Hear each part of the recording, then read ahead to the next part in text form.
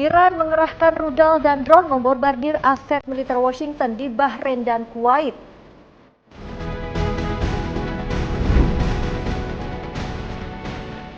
Presiden Amerika Serikat Donald Trump mengubah kerangka kesepakatan damai sedang dibahas dengan Iran.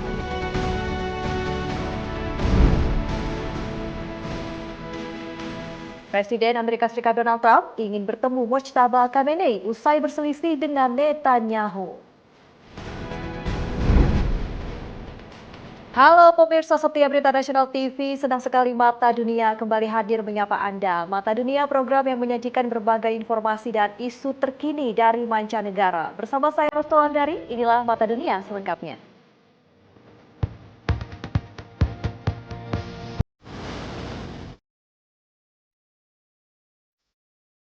Pemirsa, situasi di kawasan Timur Tengah kian memanas seiring meningkat risiko eskalasi konflik antara Iran dan Amerika Serikat. Iran mengerahkan rudal dan drone membombardir aset militer Washington di Bahrain dan Kuwait. Amerika Serikat menyatakan sebagian rudal Iran gagal mencapai sasaran atau berhasil dicegah sistem pertahanan udara Amerika Serikat. Ketegangan di kawasan Timur Tengah kembali meningkat. Korps Garda Revolusi Islam Iran atau IRGC melancarkan 2 gelombang serangan terhadap aset-aset militer Amerika Serikat di kawasan Teluk. Serangan ini sebagai respons atas serangan Amerika Serikat terhadap sebuah kapal tanker minyak di dekat Selat Hormuz. Komando Pusat Amerika Serikat atau CENTCOM menyampaikan keterangan berbeda mengenai dampak sudut serangan. Militer Amerika Serikat mengklaim sejumlah rudal dan drone Teheran diluncurkan ke Kuwait dan Bahrain berhasil dicegat dengan segera atau gagal mengenai target. TRT World pada Rabu 3 Juni 2026 melaporkan Komando Pusat Amerika Serikat atau CENTCOM mengawasi operasi militer Amerika Serikat di Timur Tengah mengumumkan bahwa pasukannya sudah melancarkan serangan pertahanan diri terhadap Pulau Qasem, pulau milik Iran terletak di Selat Hormuz, perairan Teluk Persia. Iran mengklaim telah melakukan serangan balasan terhadap fasilitas militer Amerika Serikat, termasuk markas armada kelima Amerika Serikat dan sebuah pangkalan udara di kawasan Teluk. Serangan ini diklaim dilakukan pasukan Dirgantara dan Angkatan Laut Korps Garda Revolusi Islam Iran menyasar aset militer Amerika Serikat dan sekutunya di kawasan. Pemerintah Iran menerangkan serangan ini sebagai balasan dilakukan pada Selasa 2 Juni 2026 setelah insiden melibatkan kapal tanker minyak di dekat Selat Hormuz. Target serangan di kawasan Teluk termasuk markas armada kelima Amerika Serikat berbasis di Bahrain serta sebuah pangkalan udara dan helikopter di salah satu negara kawasan. Di saat yang sama, Kuwait melaporkan ada drone menghantam bandara internasional. Teheran menyebut serangan ini sebagai respons atas tindakan Amerika Serikat dituduh menyerang kapal tanker minyak serta fasilitas telekomunikasi milik Iran di selatan Pulau Qasem. Ya, pemirsa, Iran menuduh Amerika Serikat melakukan serangan terhadap menara telekomunikasi milik Iran di bagian selatan Pulau Qasem. Sebagai balasan, Teheran melancarkan serangan menargetkan militer Amerika Serikat di kawasan Teluk. Presiden Amerika Serikat Donald Trump mengubah kerangka kesepakatan damai yang sedang dibahas dengan Iran. Korps Garda Revolusi Islam Iran atau IRGC menyatakan melancarkan serangan balasan setelah Amerika Serikat menyerang sebuah kapal tanker minyak di sekitar Selat Hormuz pada Selasa 2 Juni 2026. Pemerintah Iran mengklaim kapal disebut sebagai kapal Amerika Serikat Zionis bernama Panaya menjadi sasaran rudal Angkatan Laut Garda Revolusi. Iran menuduh Amerika Serikat melakukan serangan terhadap menara telekomunikasi milik Iran di bagian selatan Pulau Qasem. Sebagai respons, pasukan Dirgantara Garda Revolusi diklaim menyerang pangkalan udara, pangkalan helikopter, serta markas armada kelima Amerika Serikat berada di kawasan Teluk. Militer Kuwait melaporkan sejumlah drone menghantam bandara internasional negara dan menyebabkan kerusakan signifikan. Komando Pusat Militer Amerika Serikat atau CENTCOM membantah klaim ini. CENTCOM menyatakan 2 rudal Iran diarahkan ke Kuwait gagal mencapai sasaran.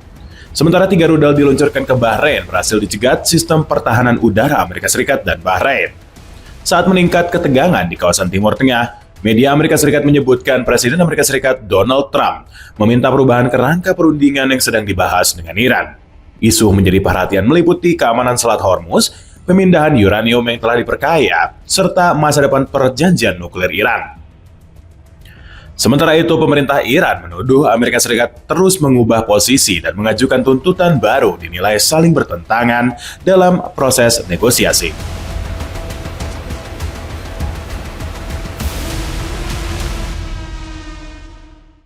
Sementara itu, pemirsa, Amerika Serikat menegaskan tidak akan memberikan pelonggaran sanksi kepada Iran tanpa ada langkah nyata dari Teheran.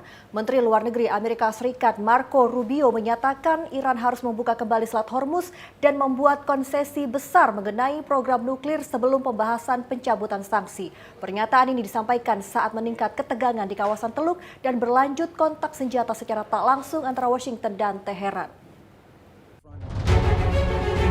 Pemerintah Amerika Serikat menegaskan setiap pelonggaran sanksi terhadap Iran akan diberikan berdasarkan syarat yang ketat. Dalam pernyataannya di Washington pada Selasa 2 Juni 2026 waktu setempat, Menteri Luar Negeri Amerika Serikat Marco Rubio mengatakan Iran harus terlebih dahulu membuka kembali akses pelayaran di Selat Hormuz serta menunjukkan komitmen melalui konsesi signifikan mengenai program nuklirnya. Rubio menegaskan tidak akan ada insentif keuangan atau pencairan dana sebagai bentuk itikat baik dari Amerika Serikat. Menurut Rubio, seluruh bentuk keringanan sanksi hanya akan diberikan jika Iran memenuhi tuntutan yang ditetapkan Washington. Pernyataan ini disampaikan saat komunikasi tidak langsung antara Amerika Serikat dan Iran masih dilakukan. Washington juga menolak tudingan bahwa pihaknya menawarkan imbalan finansial demi memastikan jalur pelayaran di Selat Hormuz kembali terbuka. Selat Hormuz merupakan jalur strategis dilalui sebagian besar pengiriman minyak dunia. Distribusi 1/5 minyak dan gas global melalui selat ini. Gangguan di kawasan ini memicu stabilitas pasokan energi global dan pergerakan harga minyak internasional. Amerika Serikat menuduh Iran mengancam keamanan pelayaran komersial di kawasan Teluk. Iran membantah tuduhan dan menyatakan langkah yang diambil berkaitan dengan kepentingan keamanan regional. Teheran kembali menegaskan program nuklirnya ditujukan untuk kepentingan sipil. Iran menilai terdapat standar ganda dalam tekanan internasional terhadap program nuklirnya dibandingkan negara lain di kawasan. Ketegangan di kawasan Timur Tengah semakin meningkat seiring aktivitas militer Komando Pusat Amerika Serikat di sekitar Selat Hormuz serta serangan Iran terhadap aset militer Amerika Serikat di Kuwait dan Bahrain. Situasi di kawasan Timur Tengah menjadi perhatian dunia internasional lantaran begitu penting Selat Hormuz bagi perdagangan energi global dan stabilitas keamanan. Amerika Serikat juga mengungkapkan pemimpin tertinggi Iran Mojtaba Khamenei menunjukkan keterlibatan pengambilan keputusan meski belum tampil di hadapan publik.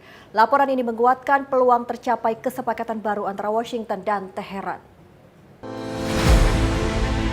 Menteri Luar Negeri Amerika Serikat Marco Rubio menyatakan pemimpin tertinggi Iran Mojtaba Khamenei aktif berkomunikasi melalui jalur tertulis dan perantara.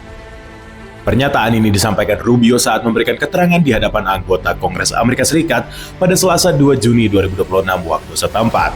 Rubio menjawab pertanyaan para legislator mengenai kondisi dan keberadaan pemimpin Iran belakangan tidak lagi muncul di ruang publik. Menurut Rubio, terdapat sejumlah indikasi menunjukkan pemimpin Iran masih hidup dan tetap terlibat dalam berbagai urusan strategis negara. Meski begitu, seluruh komunikasi dilakukan secara tertulis dan melalui perantara tanpa penampilan langsung di hadapan publik. Pernyataan ini muncul setelah Amerika Serikat beberapa kali mengisyaratkan kemungkinan ada cedera serius yang dialami Mojtaba. Namun pemerintah Iran membantah seluruh spekulasi ini. Rubio menegaskan Washington tidak menawarkan pelonggaran sanksi kepada Iran sebagai imbalan atas pembukaan kembali Selat Hormuz. Di sisi lain, sejumlah laporan media internasional menyebut Amerika Serikat dan Iran semakin dekat menuju sebuah kesepakatan. Beberapa poin disebut sedang dibahas meliputi perpanjangan gencatan senjata selama 60 hari, pembukaan kembali Selat Hormuz, penghentian blokade Amerika Serikat terhadap pelabuhan Iran, hingga pembahasan program nuklir, dan kemungkinan pelonggaran sanksi. Secara bersamaan, Presiden Amerika Serikat Donald Trump dan Perdana Menteri Israel Benjamin Netanyahu sempat terlibat percakapan panas mengenai ancaman serangan ke wilayah pinggiran selatan Beirut. Iran memperingatkan, serangan ini berpotensi mengganggu proses perundingan damai yang sedang berlangsung. Presiden Amerika Serikat Donald Trump ingin bertemu Mojtaba Khamenei. Informasi selengkapnya usai jeda, Mata Dunia segera kembali.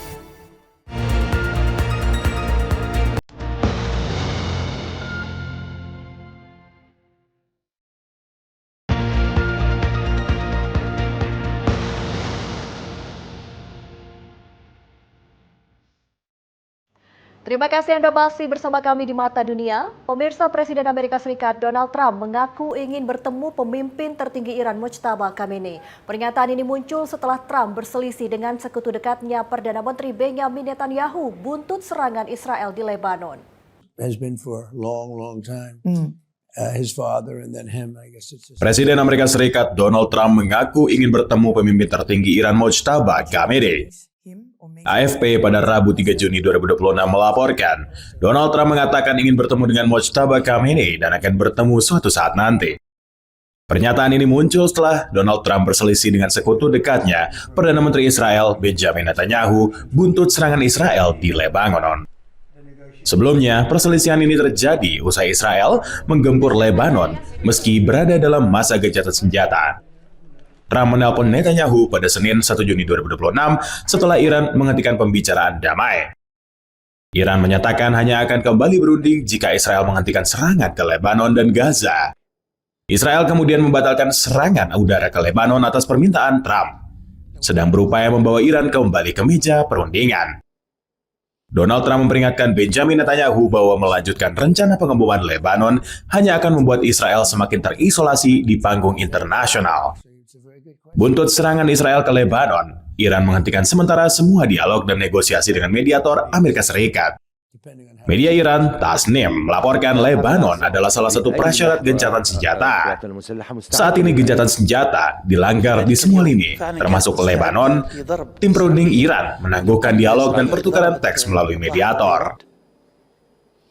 Selanjutnya, pemirsa, pemerintahan Trump mengusulkan tarif tambahan hingga 12,5% terhadap impor dari 60 negara termasuk Indonesia.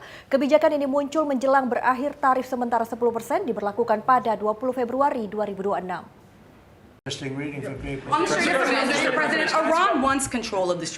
Pemerintahan Presiden Amerika Serikat Donald Trump mengusulkan tarif tambahan hingga 12,5% terhadap impor dari 60 negara termasuk Indonesia. Kebijakan ini diambil usai Amerika Serikat menyatakan bahwa negara-negara tersebut gagal membendung perdagangan barat dibuat dengan kerja paksa. Usulan tarif ini disampaikan Kantor Perwakilan Dagang Amerika Serikat pada Selasa 2 Juni 2026. Kebijakan ini merupakan bagian penyelidikan mengenai praktik perdagangan tidak adil berdasarkan pasal 301, bertujuan membangun kembali kebijakan tarif darurat Trump yang sebelumnya dibatalkan keputusan Mahkamah Agung Amerika Serikat pada Februari 2026. Kantor Perwakilan Dagang Amerika Serikat mengusulkan tarif tambahan sebesar 10% terhadap impor dari sejumlah negara dan wilayah, termasuk Kanada, Ekuador, Uni Eropa, Indonesia, Meksiko, Pakistan, Argentina, Bangladesh, Kamboja, El Salvador, Guatemala, Malaysia, Taiwan, dan Inggris. Negara-negara ini memiliki rencana skema parsial mengatasi persoalan barang diproduksi dengan kerja paksa. Sedangkan tarif tambahan sebesar 12,5% akan dikenakan kepada 45 negara lain yang masuk dalam penyelidikan termasuk China, India, Nigeria, Jepang, Korea Selatan, Australia, dan Selandia Baru. Selain tarif tambahan, Kantor Perwakilan Dagang Amerika Serikat mengusulkan mekanisme khusus untuk sektor tekstil. Kantor Perwakilan Dagang Amerika Serikat belum mengungkapkan besaran tarif maupun jumlah volume impor akan mendapatkan perlakuan khusus ini. Kebijakan ini muncul menjelang berakhir tarif sementara 10% yang diberlakukan pemerintahan Trump pada 20 Februari. Komisi Eropa menilai kebijakan tarif baru tidak memiliki dasar kuat. Uni Eropa menegaskan komitmen terhadap kesepakatan perdagangan dibuat Washington tahun 2025. Kantor Perwakilan Dagang Amerika Serikat membuka kesempatan bagi publik memberikan komentar mengenai usulan tarif dan kebijakan lain hingga 6 Juli. Sidang publik mengenai usulan ini dijadwalkan berlangsung pada 7 Juli. Beralih ke informasi lainnya, pemirsa, juru bicara Kremlin Dmitry Peskov melontarkan pernyataan mengakhiri konflik Rusia-Ukraina. Dmitry Peskov menyebut perang bisa berakhir hanya dalam 1 hari. Syaratnya Ukraina menarik pasukannya dari wilayah yang diklaim Rusia. Pernyataan ini disampaikan saat meningkat ketegangan dan saling tuduh antara Moskow dan Kiev. Это мониторинговая миссия Международного Красного Креста. мы положительно ответили на их пожелания. Juru bicara Kremlin Dmitry Peskov mengatakan konflik antara Rusia dan Ukraina bisa dihentikan dalam waktu singkat apabila Presiden Ukraina Volodymyr Zelensky memerintahkan penarikan pasukan dari wilayah yang disebut Rusia sebagai wilayahnya. Pernyataan ini disampaikan Peskov pada Selasa 2 Juni 2026, menegaskan pihak Rusia membuka peluang penyelesaian melalui jalur diplomasi. Peskov menambahkan konflik akan terus berlanjut jika Ukraina menolak tuntutan ini.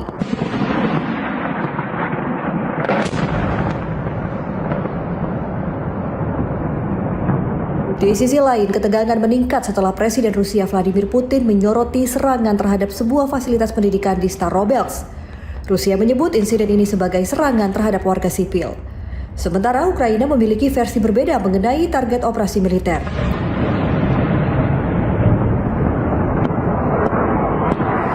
Peskov juga menegaskan Moskow akan merespon apa yang mereka sebut sebagai eskalasi, sekaligus menuding ada tindakan dianggap sebagai serangan terhadap warga sipil. Informasi lainnya pemirsa, debit air sungai Efrat di wilayah timur Suriah meluap menyebabkan jembatan-jembatan tidak bisa digunakan.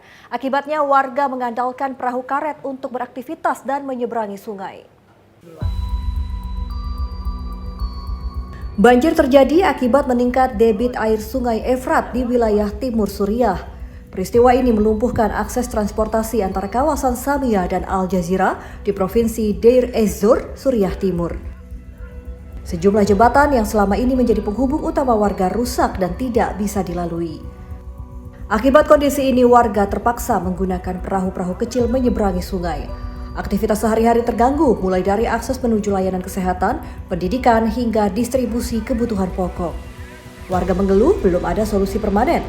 Jembatan militer digunakan sebagai jalur alternatif tidak berfungsi selama sekitar 2 pekan. Selain itu, biaya transportasi meningkat karena masyarakat bergantung pada layanan penyeberangan dan kendaraan roda 2. Pemerintah Suriah menyatakan kondisi banjir berangsur stabil setelah melewati fase paling berbahaya. Warga menunggu perbaikan akses penyeberangan agar mobilitas dan aktivitas ekonomi bisa kembali normal.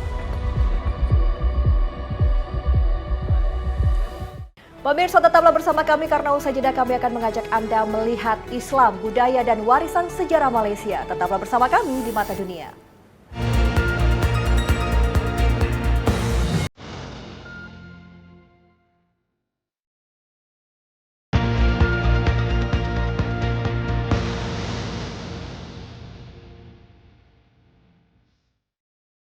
Anda kembali bersama kami di Mata Dunia. Pemirsa, Malaysia merupakan sebuah negara kaya sejarah Islam, memiliki dinamika ekonomi modern dan budaya berakar kuat pada peradaban Melayu. Malaysia memiliki pelabuhan yang dulunya menjadi simpul penting perdagangan Asia. Lalu seperti apa keindahan Malaysia? Berikut tayangannya untuk Anda.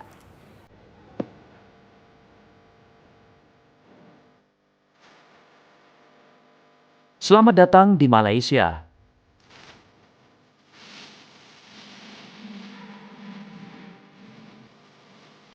Islam menjadi bagian tak terpisahkan dari identitas Malaysia. Islam mulai masuk ke semenanjung Melayu sejak abad ke-12 melalui jalur perdagangan maritim. Perdagangan dari Arab, Persia, hingga India membawa ajaran Islam seraya membangun hubungan ekonomi dengan penduduk lokal. Letak geografis Malaysia membuatnya menjadi pusat mobilitas perdagangan sejak berabad-abad lalu. Kedudukan strategis di jalur pelayaran dunia menghubungkan pedagang dari Nusantara, China, India, hingga Timur Tengah.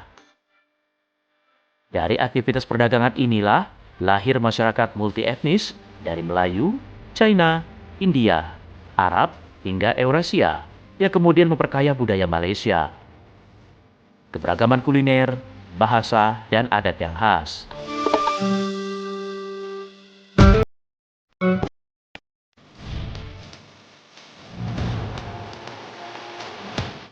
Kuala Lumpur. Ibu kota Malaysia ini adalah jantung pemerintahan dan ekonomi. Kota ini berkembang menjadi pusat bisnis dan hub internasional yang memadukan modernitas dengan keberagaman budaya. Di tengah lanskap kota berdiri megah menara kembar Petronas, ikon global Malaysia. Bangunan ini pernah menjadi gedung tertinggi di dunia.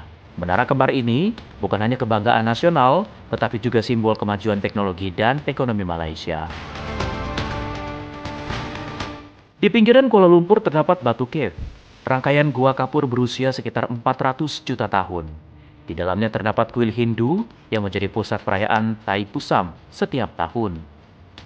Batu Cave menjadi destinasi wisata alam, budaya, dan spiritual yang menyatu. Disinilah terlihat jelas harmoni antar agama yang menjadi ciri utama Malaysia.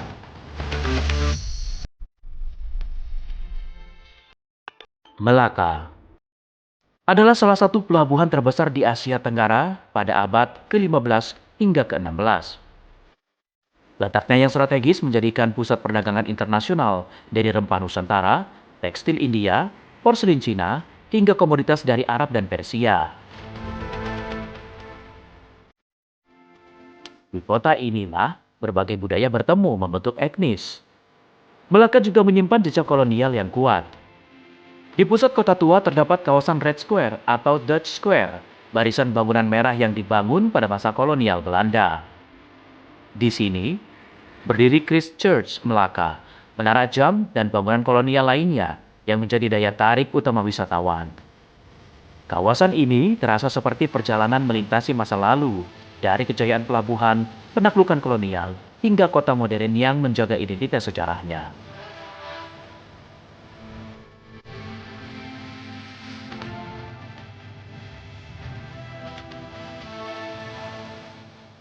Kuala Kangsar di negeri Perak dikenal sebagai kota diraja. Salah satu ikonnya adalah Masjid Ubudiyah, yang merupakan masjid kerajaan yang dibangun pada tahun 1913. Dengan kubah emas dan arsitektur bergaya Indo-Saraceni, Masjid Ubudiyah dianggap sebagai salah satu masjid terindah di Malaysia. Proses pembangunan sempat terhenti karena peristiwa unik. Dua gajah kerajaan bertarung dan merusak ubin marmer Italia. Meski berukuran tidak terlalu besar, keagungan masjid ini menjadikan simbol kebanggaan masyarakat Perak. Tidak jauh dari sana, berdiri Jembatan Victoria, merupakan jembatan kereta api bersejarah yang dibangun tahun 1900. Dengan struktur terus baja yang kokoh, jembatan ini dulunya menjadi jalur utama transportasi kolonial. Kini, Victoria Bridge menjadi destinasi wisata dan simbol perjalanan panjang perkembangan infrastruktur di Malaysia. Dari modernitas Kuala Lumpur, sejarah maritim Melaka, hingga keagungan Kuala Kangsar, Malaysia menunjukkan bagaimana tradisi, agama, dan perkembangan zaman dapat berjalan beriringan. Negeri jiran ini bukan hanya destinasi wisata, tetapi juga cermin perjalanan panjang sejarah Asia Tenggara.